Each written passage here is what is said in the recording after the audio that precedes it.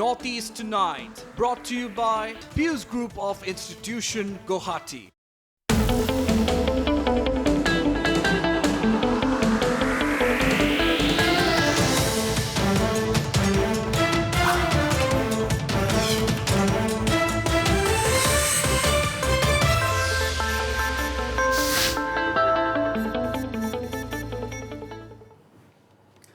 Hello and welcome to Notice Tonight, the show that decodes the region. First, the top of the day at this hour, the headlines.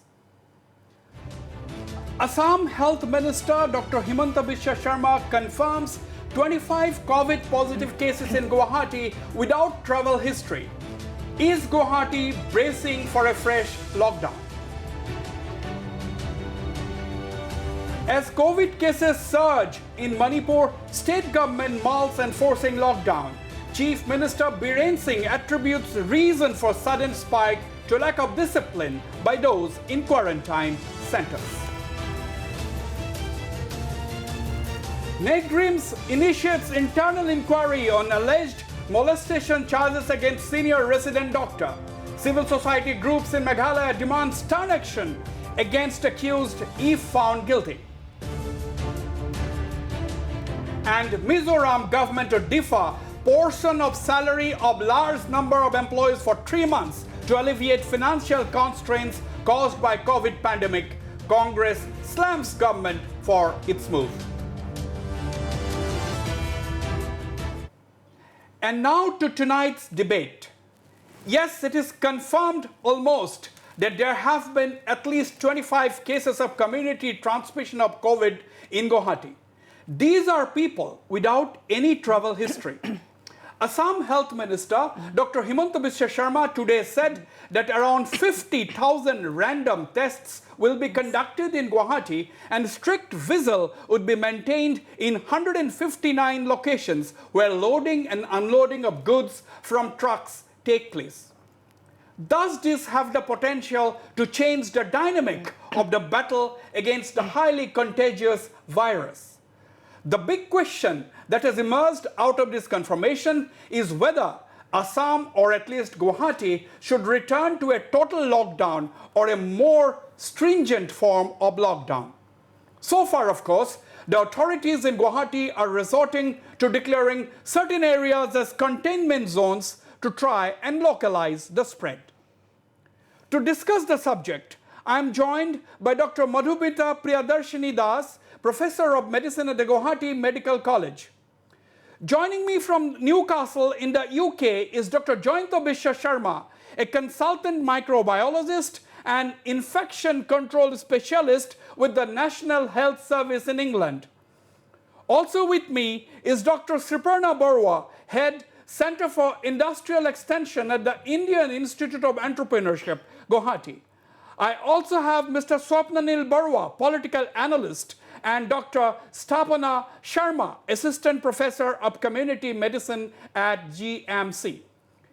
Before we begin the discussions, let's listen in to what Assam Health Minister Dr. Himanta Biswa Sharma said on the situation in Guwahati a short while ago.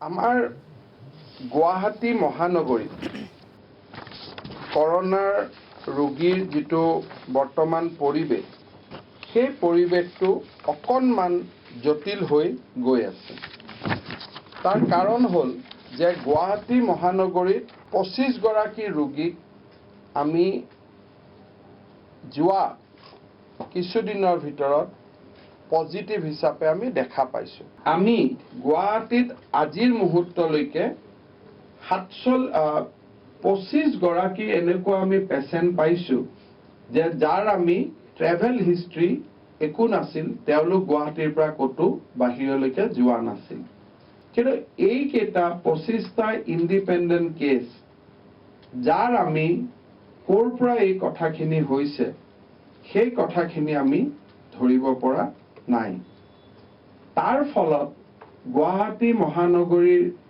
কৰোনাৰ লগত যেটো আমাৰ আমি যুঁজি আছিলো সেই যুঁজত গুৱাহাটী মহানগৰী বৰ্তমান পৰিস্থিতিটো মই এটা চিন্তাৰ আৰু উদ্বেগৰ কাৰণ বুলি ক'ব খোজো আমি যদি সাইজেবল পজিটিভ পাওঁ তেতিয়ালে হয়তো মহানগৰীৰ ৰাইজে দ্বিতীয়বাৰৰ বাবে লকডাউনৰ বাবে নিজক সাজু কৰিব লাগিব যদিহে আমাৰ 50,000 টেষ্ট কৰাৰ পিছত কাৰণ বহুত লোকৰ জীৱিকাৰ কথা আছে ব্যৱসায়টো আগবাঢ়িছে মাত্ৰ গতিকে আমি অৰ্থনীতিটোক আমি ব্যাঘাত দিব খোজা নাই কিন্তু আফটাৰ 50,000 টেষ্ট ইন গুৱাহাটী সে আমি 500 পাই গলো তেতিয়াতো আমি লকডাউন কৰিব লাগিব চেইনটো ব্ৰেক কৰাৰ কাৰণে গুৱাহাটীত সোশ্যাল ডিস্টেন্সিংটো আমি খুব ষ্ট্ৰিক্ট কৰিব খুজিছো আৰু হয়তো আমি যেটো 9টা বজালৈকে কারফিউ ৰিল্যাক্স কৰিছিলো এইটো হয়তো আমি 7টা লৈকে আমি আগবঢ়াই দিবলগীয়া হ'ব পাৰে গতিকে some measures will come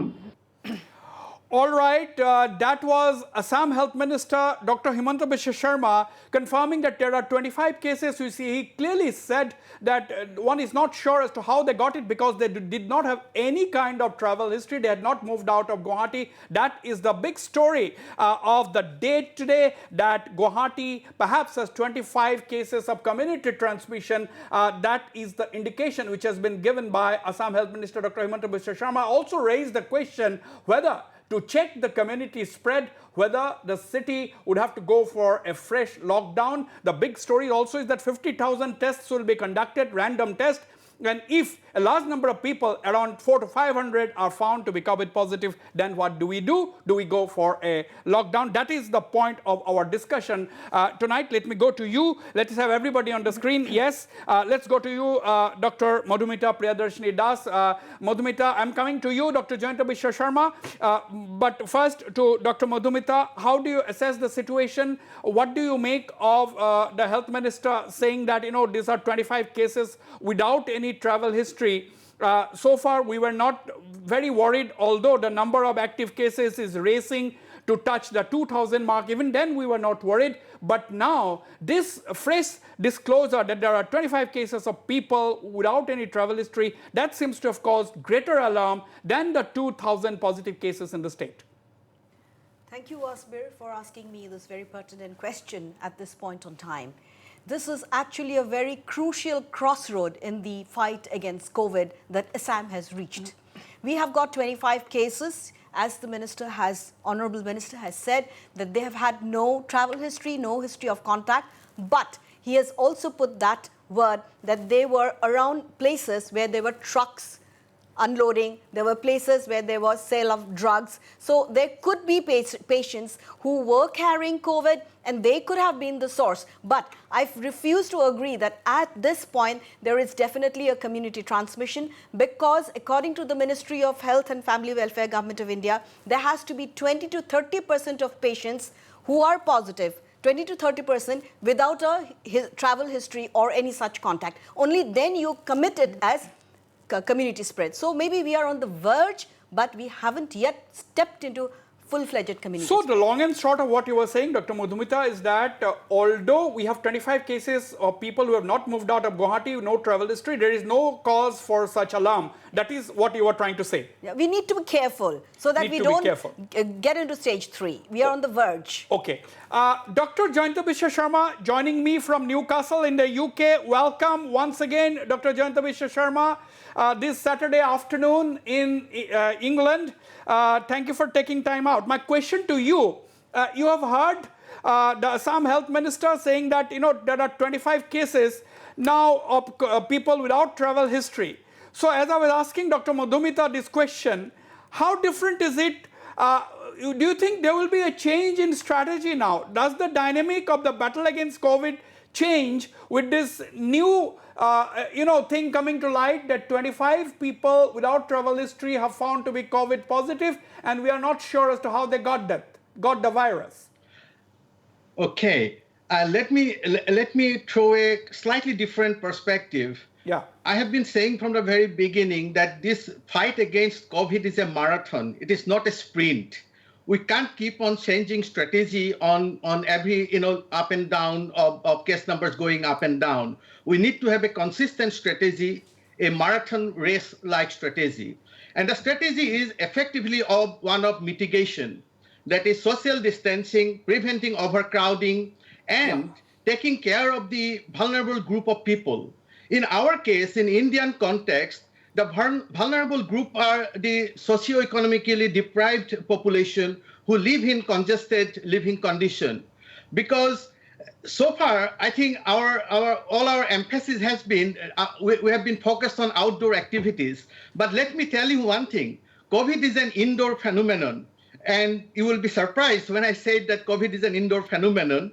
The first report that came out, the joint report between Chinese government and WHO in the immediate aftermath of Chinese phenomenon, and they said that 78 to 85% of infections actually took place within the families.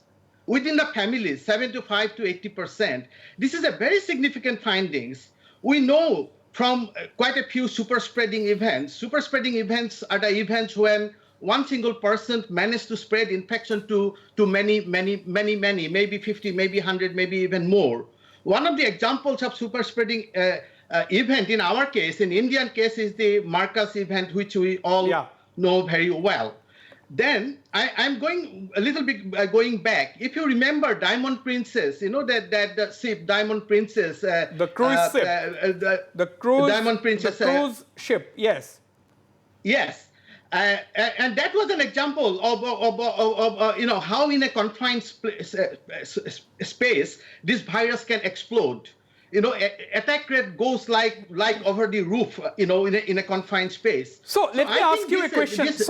Let me ask you a question. Let me ask you a question here before I go to my other panelists and ask them to make the opening remarks. Dr. Jayantabesha Sharma, that you are making a very interesting point that COVID is an indoor phenomena. Therefore, the Diamond Princess, that cruise ship, if you take that into account, there were so many cases inside because it's a confined space. Now, do you think that, take the case of Mumbai.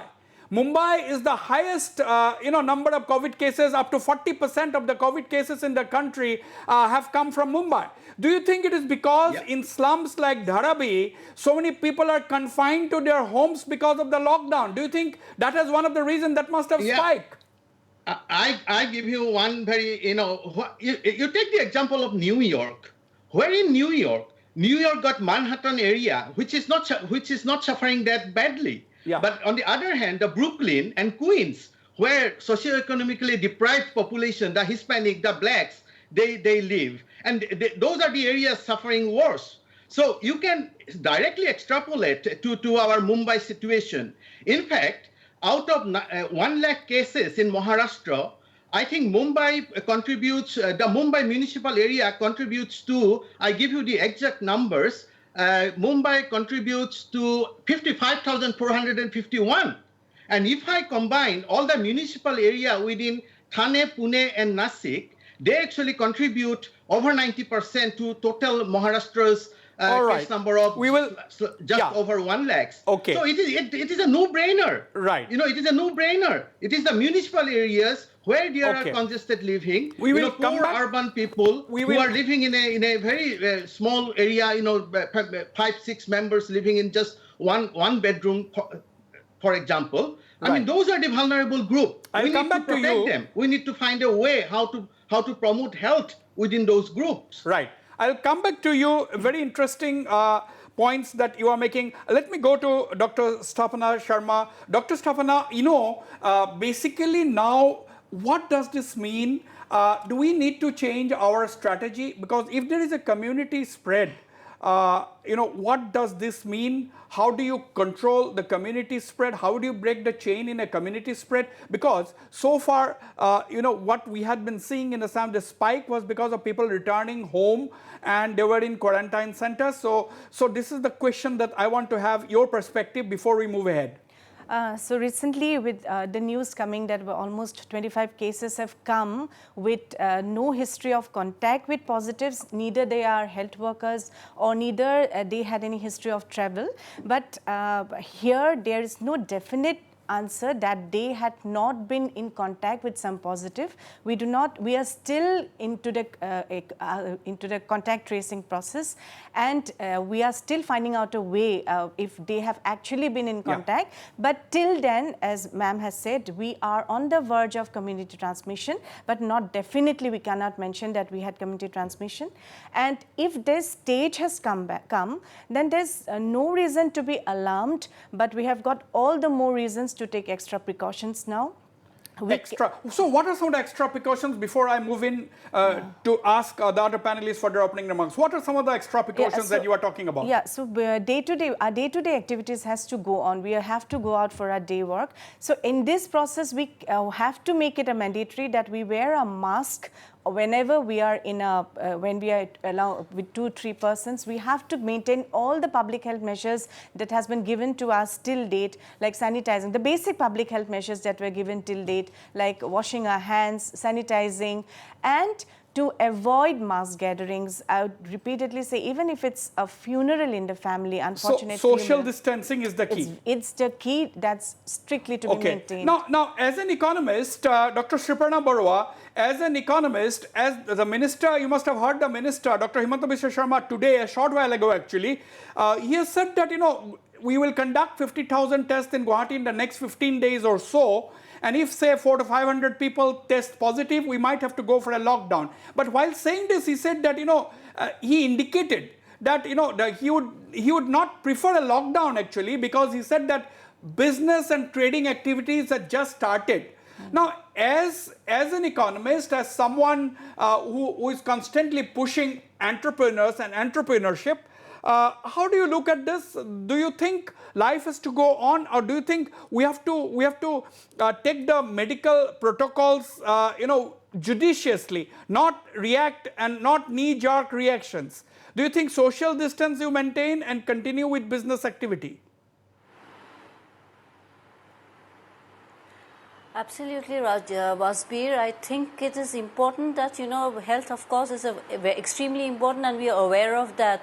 But what happens to the economic activities, a lockdown and social distancing, definitely yes.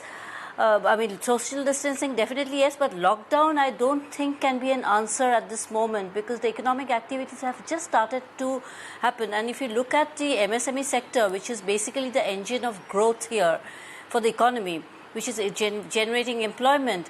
Now, what happens to the MSME sector? You look, about 47% of the MSME, which is about pan-India, do not have money to pay salaries. This is a recent study which has been done. 27% of the MSMEs just have salaries. If you account for the reserves which they have it only about for 2 months to pay salaries. So how does it happen? So we have to have what is required. Just as we having a strategy for how we look at health, we also need to have a proper strategy as to how we go about looking at the industry. Okay. Look at the entire value chain, right? From the nano enterprises to micro enterprises, to medium, to the startups. We need a strategy, how we are going to go about. But I don't see any strategy coming in from any sector. So that is what is actually required at the moment. Okay. So, Sriparna, is basically you are saying that lockdown is not the solution. Let me quickly go to Mr. Swapnanil Barua. Mr. Swapnanil Barua, what is your take? Is lockdown the answer? A lot of people are saying that lockdown is just not the answer, because that indication to that effect came from none other than the minister himself. He's saying that business activity had just about started. So the strategy from outside observers like us, what we have noticed is that the authorities are trying to find out whether they can control the spread by declaring certain areas as containment zones. And minister today said that 159 such locations will be, there will be strict visual mounted in 159 locations. What is your take? Are you for the lockdown or against it? Wasbir, if I can hear you clearly, the answer to this problem of whether a lockdown is required or not is possibly not the correct question. But the question is, a lockdown, will it flow because of the increase of cases? Now, this reminds me of a situation. If you look at the cases that have spread out in Guwahati without travel history, are those areas where there have been a lot of congestion. You know, all these people have been staying in congested areas. Yeah. The congestion area is not necessarily belonging to the lower section of the society, but also in flats and apartments, which really does not have the public health requirements. So I think that if we do not contain this crowding of people in the city, we will have a Surat-like situation, and also we'll have to take a cue from Surat, which decongested the whole city after the plague that had happened about 10 years ago. So this is a starting point where the community medicine specialists and the town planners have to really sit down and see how they can decongest the whole city and see that people don't come very near. Absolutely. Really... Swapnanil, hold your thoughts. Let me go once again to Dr. Jayantabishya Sharma. Dr. Sharma, I think that is what the point you are making. Swapnanil Barua is saying that, there has to be a strategy to decongest the places, particularly the vulnerable sections of the society who live in slightly congested areas than the rest of the people, perhaps. I think the strategy is necessary. What is your take? Is lockdown the answer according to you? What is the UK experience? Lockdown is definitely not the answer, but answer is social distancing, hand hygiene, and taking care of the vulnerable group of peoples. That is the answer. Lockdown is not the answer. Nowhere in the world actually lockdown worked. Take our example. When lockdown was implemented in India, we had a handful of cases. But by the time lockdown was released, we had thousands and thousands of cases. So during the period of lockdown, actually cases, the COVID found it hold in areas like Dharavi. So they percolated down to the area where they would thrive. They found their way. They found their way to the area where they were going to thrive. So that is it. It is a respiratory virus, for God's sake. And it does require close contact. It does require people to be together for a prolonged period of time under a closed confined space. That is it. It is a no-brainer. But Dr. Sharma, unlike Surat incident, very interesting. the plague you got source of infection on the street, on the outside, where you do the source control measure. You control the source, you get rid of the rats and stuff like that. But here, you and I are the bearer of COVID. Right at this moment, all the viruses are in human being. They are not in the outside. So you cannot, by definition, isolate every single human being, the entire population. Can I single 1 billion cases, 1 billion individual just in one room? But is that possible? Dr. Sharma, let me draw your attention to 2 points. You were saying that it's a flu, for God's sake. Yes, nobody knows how many people died of swine flu in India. In the last couple of years, and number one, number two, we are every day we are adding up the cumulative figures. But if you compare the COVID cases in India vis-a-vis the country's population, where do you think India will stand? Number 150? Okay, very interesting question. India ranks at number 4 today if you go by the cumulative number. Right. But if I go by the per million cases, India's rank is 136. That is it. That is the point. That is the point. USA got the highest number of cases, but they actually ranks at 12. United Kingdom, number of cases, they ranks at number 5th, but by per million, they ranks as 23rd. So India is bottom down at the, but question is that I am not trying to dilute the scenario. The case numbers are not going to stay static. Particularly our flu season are coming. July to September, the rainy season is the flu season. So if we can't get a hold on corona by next 1 month time, I think we might be heading for a disaster. I mean, I have to caution that as well. Okay. But can I come back to the Assam cases, please? Can I make 1 or 2 comments about 25 new cases in Assam? Yeah, very quickly. Yes. Yeah. I think testing asymptomatic individuals comes with its own risk. This is called positive predictive value. Any test is not 100% specific. So when you do a test in a very low prevalence area, and that too on asymptomatic persons, I mean, likelihood of getting false positive is very high. I think this is our epidemiologists need to keep in mind. They need to really work out what is the PPV in our case. And I'm pretty sure out of these 25 cases, probably only 4 or 5 are genuine cases. So we need to double test, we need to triple test them. And really make sure that we are getting the test result correct. Yeah, I have got a very interesting query. I have got Dr. Madhumita, professor from the medicine department. Incidentally, you know, one of the doctors from the medicine department tested positive. He is completely cured today. That's a different story. But how is it that around that time when, you know, when about 2,000 samples were tested, if my figures are not, Dr. Madhumita, please bear me out, please correct me if I am wrong.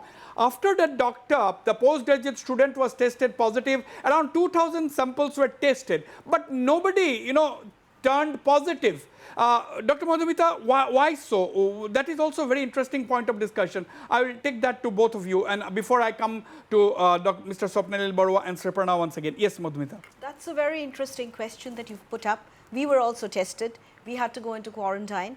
But the point is the viral load, probably his exposure to a particular patient who had a high viral load had made him a victim of the disease.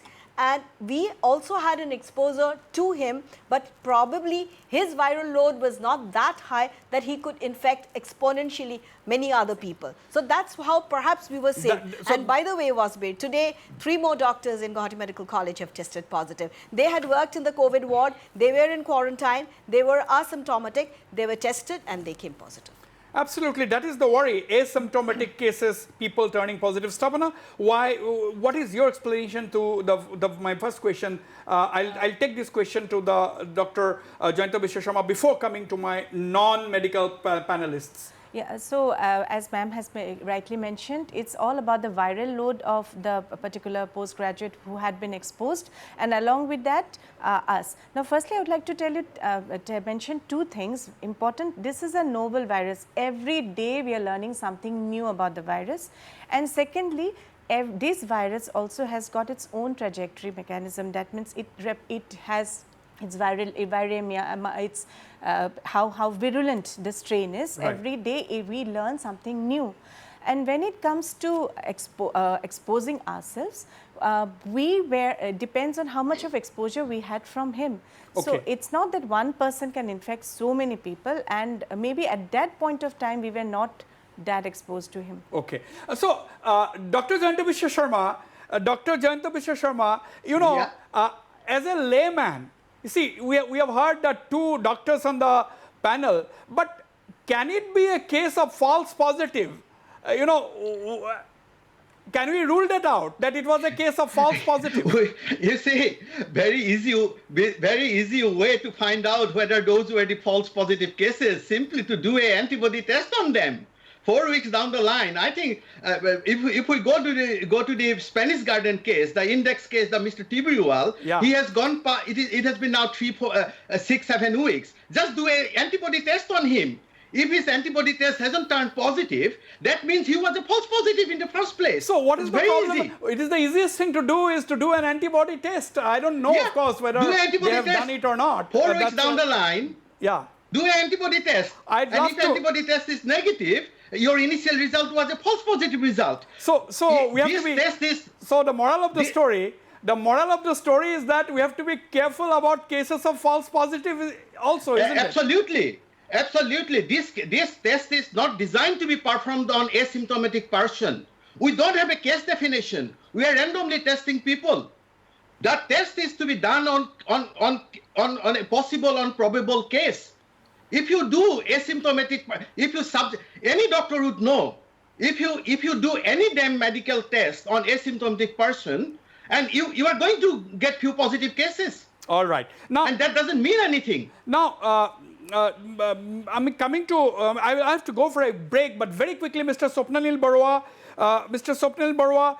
the alarm seems to be much more now is awareness the key? What can the government and the non-government organizations do now?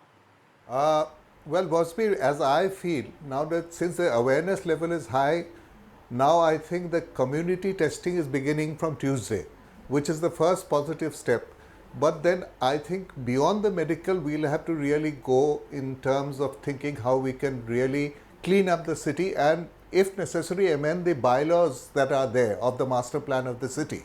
Because this is one opportunity, and since the medical specialists have been saying that COVID will not go away, it is some other contagion may also spread. But Guwahati has to definitely change, and the people have to learn to live with any kind of contagion coming. Yeah. But at the same time, it should be prepared enough that you are betting for cleaning up the city. Sriparna, before not only cleaning up, but replanning the city. Replanning. Okay, that is a long-term issue. We'll discuss that. No, I think this is the time to begin. Absolutely. Sriparna, before I go for a break, what would you like to say? Lot of alarm. All I know is that, while we are talking of physical health, the other part is the mental health. People are really going through, it's the mental health which is also a lot of issues because of the uncertainty, because of economic activities not being there. What about the mental health? Do we have, again, how do we tackle mental health arising of all the challenges? Along with job loss, there has been no economic activity, and there are certain sectors, like for example, look at tourism as a sector. Look at beauty and wellness as a sector, where particularly Northeast and Assam, where most of the people are engaged in beauty and wellness, women are engaged in beauty and wellness. Social distancing, even if it starts resuming, now it has started resuming, is exploding costs like anything. Because okay. I know we don't have a solution to that. Yeah, but then what about the SOPs? Solution lies in perhaps a government bailout package, but you cannot bail out the entire nation and entire sector. But that is where the government has to come up with a strategy. But because even if certain there has been no bailout package, Wasbir, let me tell you. There's been no bailout package. Whatever we are talking about, they are talking about giving credit, infusing funds, but without the creation of a demand, what happens? Who's going to take loan? And what about the unorganized sector, which most of our enterprises are? Absolutely. These are very critical questions which Sriparna has raised, as the question comes whether at least Guwahati will go for another round of lockdown in view of cases of community transmission coming to the fore. I'll go for a short break. Don't go away. I'll be right back.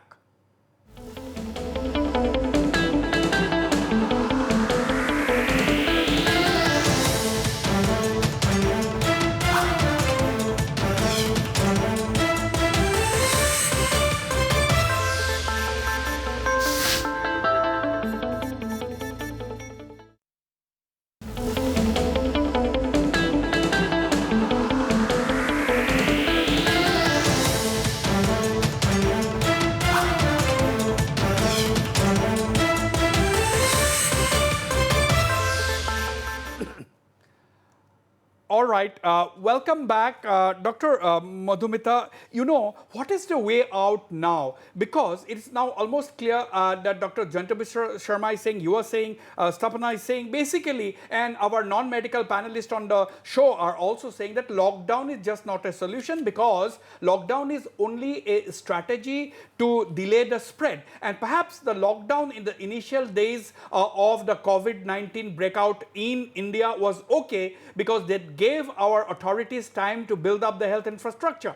But not anymore, isn't it? Because our economy is going to be crippled, but even medically, I think that is not the solution. What is your take? What is the road ahead now? If no lockdown, then what? Okay, thanks for the nice question. I want to focus on two major things. Out of the lockdown, what do we achieve? We basically achieve what is social distancing. Basically, what you get out of social distancing is what you get out of lockdown. You prevent congestion of people in small places. So, if we can, go about with more of strict social distancing, it's equivalent to a lockdown. So, we have to implement on social distancing, mask and the other hand sanitization, as we have already mentioned. We have always been mentioning. So if that is strict, that is equivalent to a lockdown, number one. And number two, as we were just discussing about herd immunity in our other discussions, that is something which can be achieved with the healthy section of people. We have always said protect the pediatric and the geriatric. So below 10 and above 60, protect those people. Okay. And with the people who are in the middle age group, let them get asymptomatic infection, let them develop IgG antibodies, and that is the way that you actually protect the society at large over a period of time. So, Dr. Madhumita Das is saying that protect the pediatric, protect the geriatric, and play with the healthy section of the population. Dr. Jantabhusha Sharma, United Kingdom, initially, the UK strategy was to try do nothing, just go for herd immunity, and later on they reversed their strategy. That is the view from outside. No. Do nothing was never the strategy. Okay, doing everything. Maybe I had used the wrong word. Lockdown. Yeah. Bearing lockdown, doing everything else was the strategy. Okay, barring but lockdown. They got very criticized. Then Imperial College model has come out, and Imperial College model kind of made everybody very panicky. Yeah. And then this unproven intervention of lockdown came into place. Lockdown is an unproven intervention. We never applied lockdown in the world. This is not the first epidemic either. I agree with Madhumita that all we need is social distancing, we need respiratory etiquette, we need hand hygiene, and we need to protect the vulnerable. And vulnerable are, in our context, are not only the elderly population. Actually, it is the underprivileged group of people living in, really difficult situation. So those are the people we need to protect. We need to empower them. We need to give them hand hygiene facilities. We need to give them running water. We need to give them soap, water, whatnot. Okay. Now, Stefana, community, you are from a department called community medicine. My question is, what kind of an interaction are we having with the vulnerable sections of our society? It's now 3 months since COVID has been raising the world. COVID has been, raising in the country, in Assam as well. Yes, our preparedness has been extremely good. But are we also separately looking at the disadvantaged sections of the society, as whether it is awareness, whether it is providing them basics? Till now, we had been busy fighting the disease and busy with all the public health measures that has been taken, and we had been very stringent. We had been repeatedly telling that for the immunocompromised and for the extremes of age, that means the geriatric age group of plus 60 or the less than 10 years, they are to be protected. But till now, we have not taken any specific measures for them. Maybe 1 or 2 mental health courses, mental health sessions have been given out. TV programs has been done only on mental health, but otherwise we have not taken any such measures because we had been very busy with the containment of the virus, and we had been very busy. But now the concept of herd immunity has come up, and I would actually mentioned repeatedly not to go for a lockdown. But as a specialist in the area, do you think there is need to reach out to the communities? We have tried to reach out to the communities. No, but is it necessary or not? Very much necessary now that it's very. So it is very necessary. Let me go to Swapnanil Barua. Swapnanil Barua, the same question goes to you.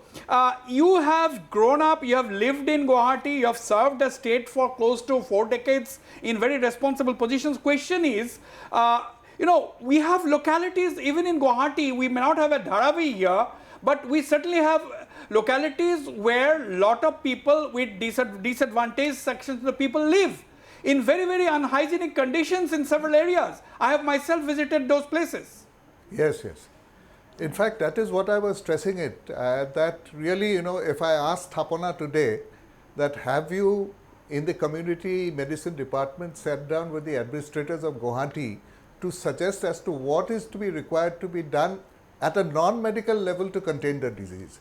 As far as I know, we really haven't thought about it. It's been so far being dealt as a medical problem, but the solution of distancing or keeping apart is a social phenomena which has to be dealt by non-medical people, or at least with the support I think of medical people. that's a very good point. It's a medical problem, no doubt, but it has social aspects. Sriparna, you agree?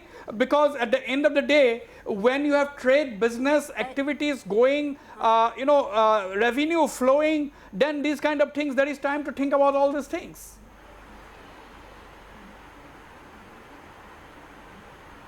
Yes, Wasbir, I agree with that, and I also agree with the fact that yes, implementation is extremely important.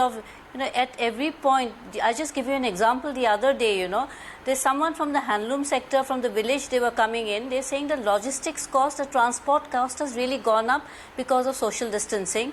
Okay, that is one point that cannot be avoided. But at the same time, what they were pointing out is that at the villages, in the marketplace, there is no social distancing. People don't even wear masks. Where is the implementation? So on the one hand, people are being, charged because on the bus when they're sitting, they're maintaining social distancing, and which is again leading up to the rise in their cost of how much they have to pay. So all these things, implementation is extremely important. People are really going through difficult times. Yeah. And I'm speaking on behalf of all the entrepreneurs across all sectors that I keep seeing and I keep meeting.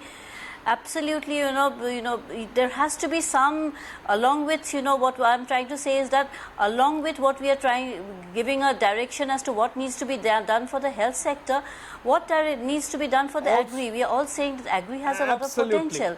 Absolutely. But I think that is the key. Agri products Wasbir, can I add a point from here, small please?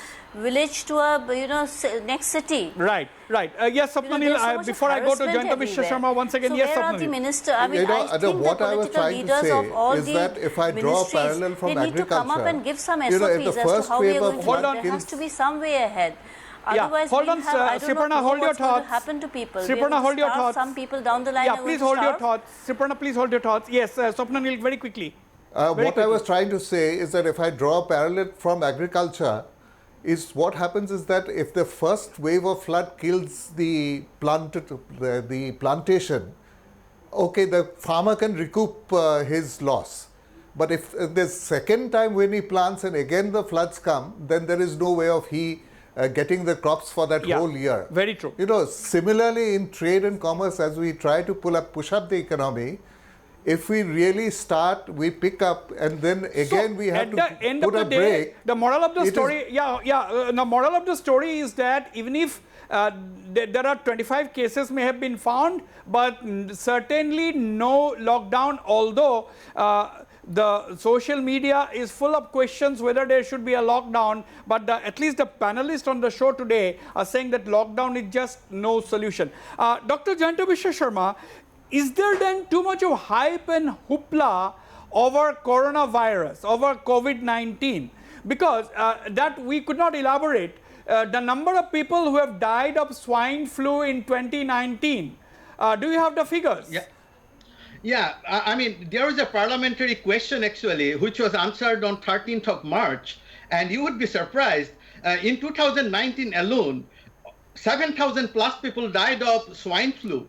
And in today India. we have got about 8,000 people dying of corona just in last 4 months. But the difference is that swine flu number was an overwhelmingly underestimate. We are not looking for swine flu the way we are looking for corona. So you can easily, I think probably I would multiply that 7,000 by 10, by a factor of 10. Probably in 2019 alone, probably 50 to 60,000 people died of swine flu in India. So we need to put things in perspective. Without perspective, without denominator, you cannot make any sense of absolute numbers. So that is the lesson we need to learn. Do you know how many people die of influenza in a year?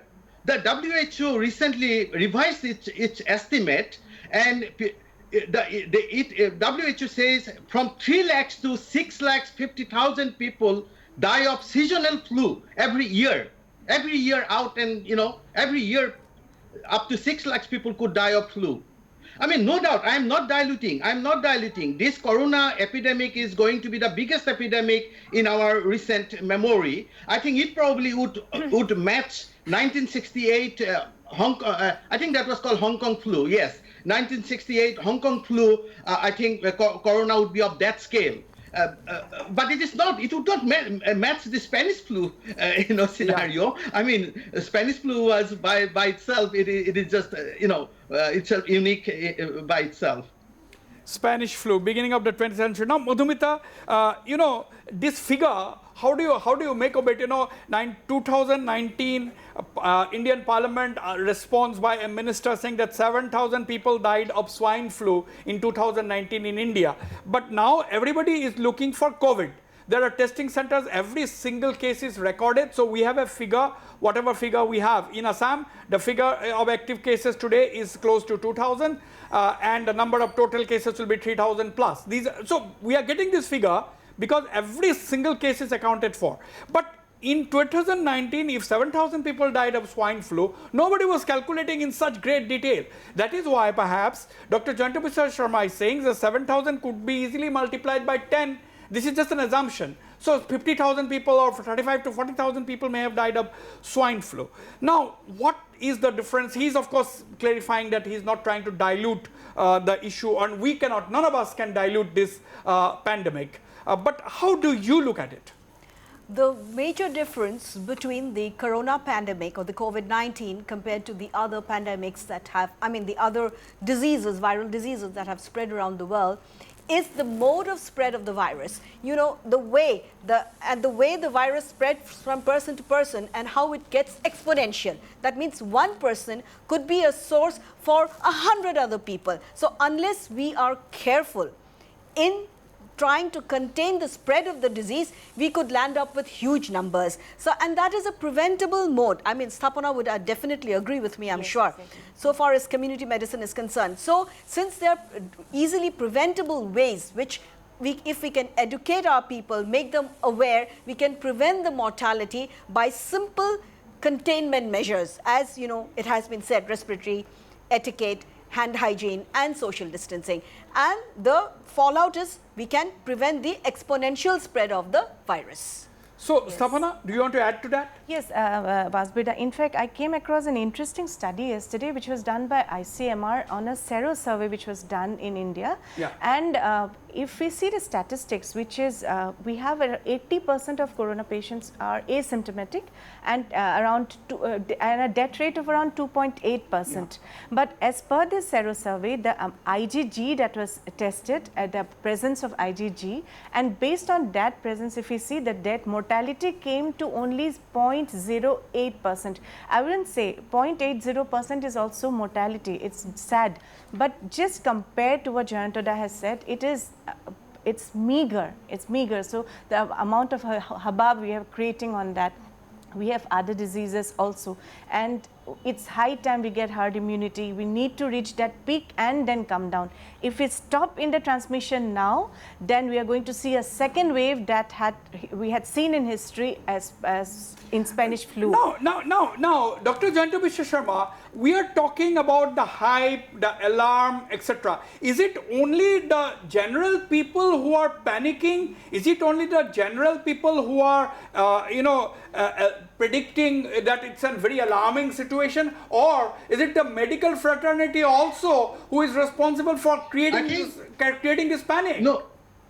No, I think creating a public panic is a very complex phenomenon. We probably won't be able to dissect it out. But the role of media, the so-called infodemic, WHO chief has been saying about this infodemic for long.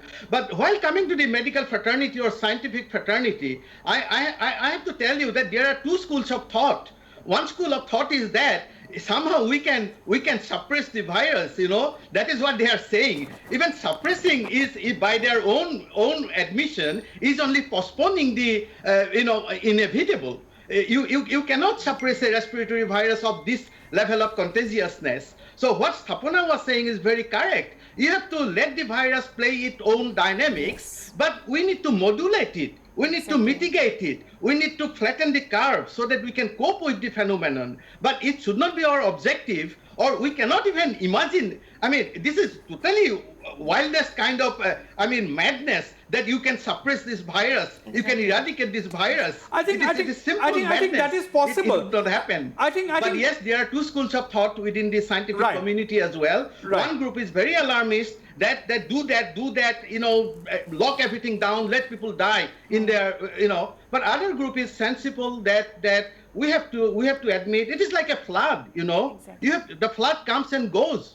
It's just like that. Now, and this is not the only that is epidemic perhaps that we explained. have the human race has encountered. Yeah, absolutely. The non-alarmist group, perhaps they will feel happy with this piece of statistics. Take the case of Assam. Today itself, the health minister said that the recovery rate in Assam is 48%. 48% recovery rate. I would say probably 90%. I would say probably in fullness of time, recovery rate would be 99%.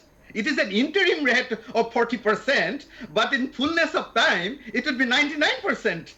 Because COVID is a mild disease for 85% of the people. Only 15% need some kind of medical attention. Out of those, another 5% may need intensive care. That is, it is, right. For 90%, it is a mild disease. So Swapnanil Barua, are you happy with the awareness strategy being adopted by the government? When I say government, I'm not talking about the Assam government. I'm talking about the country as a whole. Because more or less with minor modifications, the strategy is more or less the same.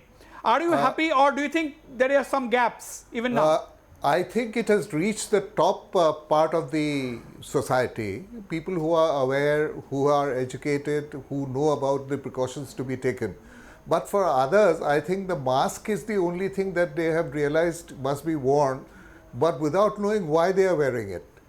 So, and even in the case of social distancing, people have heard about the concept, or, I have tried to do it, but it is impossible for them to do those kind of things at home. Only for reasons of time. Sriparna, do you agree? Because you are meeting people from the rural areas. Do you think it is only the mask they have become aware about, that they have to wear a mask, but most of them don't know why they are wearing the mask? Is it so? Do you concur with Swapnanil? I think that is the fact. I think that's the fact. At the moment, I think people are not so much concerned about when you are looking at, you don't know what the next month's salary is coming from. When you are not aware, when you are not sure about whether you can pay, how many people you have to retrench, how many people you can retain. I think the other things about health is becoming more or less secondary. And here I would like to appeal that, the way we have a report card on what is the status of health, why don't we have our leaders are not being able to give us a report card on what is happening to industry, what is happening to agriculture. I think as citizens, everyone has a right to know that. Okay, we'll come back. Saying that startups, entrepreneurs are the engines absolutely, of growth. Absolutely. They are we'll basically discuss. helpless. They do not know where to go. I agree with you. We'll discuss that at length. Sriparna, we will discuss that at length.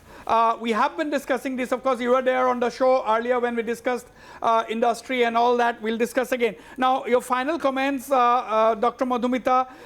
Awareness, do you think more needs to be done? Because awareness is the key. Absolutely. Awareness is the key, and I really think more needs to be done, because all this while we have been perhaps more focused on the disease. Yeah, but what is it that we need to do? Yeah, we need to reach out to the community. Initially, we were reaching out to people who are treating. We are going and educating the doctors in the periphery and telling them about the ways and modalities that have been laid out by the government and making them aware of what is available. But we also need to go down to the community, teach the people the importance of the things that we have been discussing, as we've already said: social distancing, hand hygiene, wearing a mask. Because many people think that I'm wearing a mask only to prevent me being fined of the 500 rupees. That's not the thing. That's not the thing. Stapana? See, till now, in this last 3 months, we had been giving more importance on the infrastructure, on the number of beds available, on the ICU setup.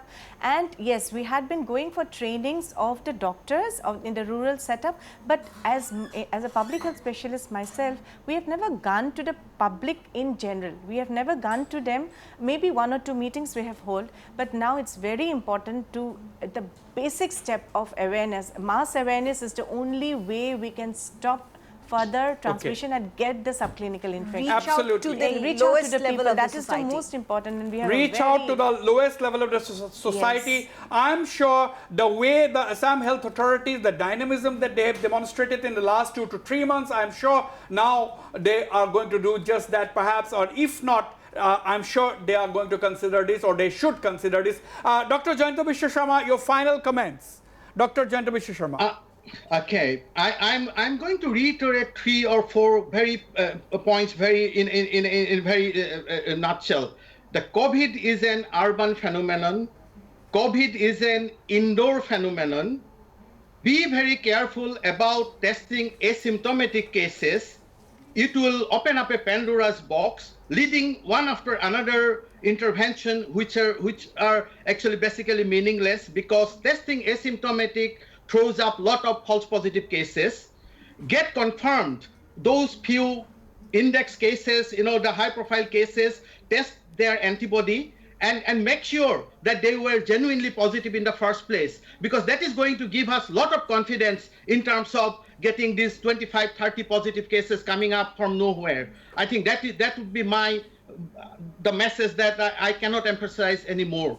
Absolutely. I think these are very key points. I think a lot of points have emerged in this discussion, and I'm sure there is no cause for alarm, but caution is the key. And the catchword out is, of course, social distancing. And the panelists were all unanimous in saying that lockdown is no solution. You have to deal with the issue. Life has to go on, but maintain basic hygiene and social distancing. There is no cause for alarm. Be cautious. That is the message. I thank all my panelists, Dr. Jayanta Mishra Sharma from Newcastle in the UK, Dr. Madhumita P. Das, Dr. Sriparna Barua, Dr. Stapana Sharma, and Swapnanil Barua, and of course, everyone who have watched the show as well. Good night and goodbye.